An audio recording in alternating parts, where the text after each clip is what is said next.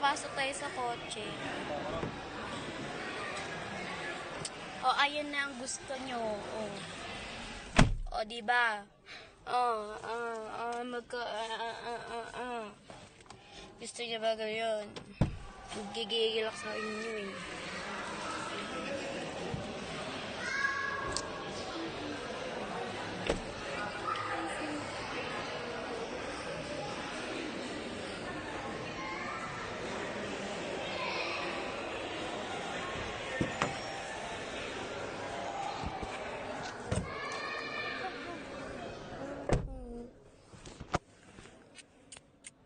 So,